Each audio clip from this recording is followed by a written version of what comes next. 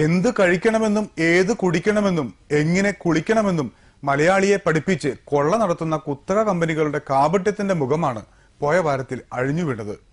കുഞ്ഞുങ്ങളെ കുളിപ്പിക്കാൻ വിശേഷപ്പെട്ടതായി പ്രചരിപ്പിക്കുന്ന ബേബി ഓയിലിലാണ് ഈ വൻ ചതി.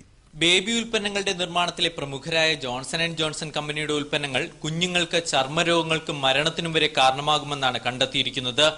ബേബി ഓയിൽ എന്ന പേരിൽ നൽകുന്നത് റിഫൈനറികളിൽ നിന്നും പെട്രോളിനോടൊപ്പം ലഭിക്കുന്ന ശുദ്ധീകരിക്കാത്ത മണ്ണെണ്ണ.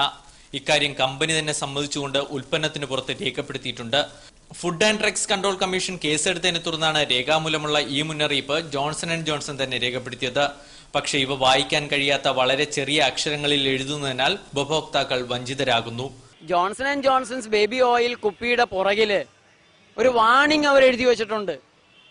Four external use only, keep out of the reach of children, കുട്ടികളെ തൊടിയിക്കരുത് എന്ന് തന്നെയാണ് അവർ എഴുതി വെച്ചിട്ടുള്ളത്. To prevent accidental drinking and inhalation which can cause severe injury. അപ്പോൾ അത് ശ്വസിച്ചാൽ പോലും മാരകമായ അപകടമുണ്ടാക്കുന്നതാണ് എന്ന് അവർ തന്നെ ആ കുപ്പിയുടെ പുറത്ത് എഴുതി വെച്ചിട്ടുണ്ട്.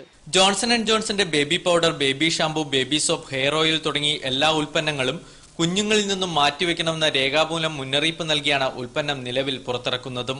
ബേബി പൗഡർ കുഞ്ഞുങ്ങൾ ശ്വസിക്കുന്നത് മരണത്തിന് കാരണമാകുമെന്നും മുന്നറിയിപ്പുണ്ട്.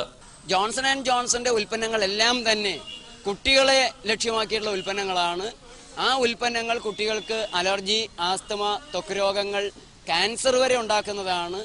ജോൺസന്റെ തന്നെ ഫാർമസ്യൂട്ടിക്കൽ ഡിവിഷൻ ഈ ഉൽപ്പന്നങ്ങൾ ഉപയോഗിച്ചു കഴിഞ്ഞാൽ ഉണ്ടാകാവുന്ന രോഗങ്ങളെ മുൻകൂട്ടി മനസ്സിലാക്കി ആ രോഗങ്ങൾക്കുള്ള മരുന്നുകൾ ഉണ്ടാക്കുകയാണ് ചെയ്യുന്നത്.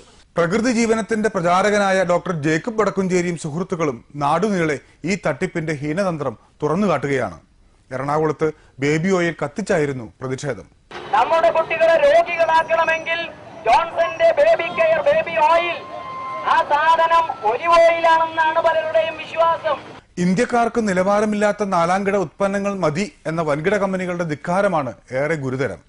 ആരോഗ്യത്തിന് ഹാനികരമെന്ന് എഴുതിവെച്ച മദ്യവും സിഗരറ്റുമെല്ലാം അറിഞ്ഞുകൊണ്ട് ആസ്വദിക്കുന്നവർക്ക് ഇതൊന്നും പ്രശ്നമല്ലെന്ന് വരാം.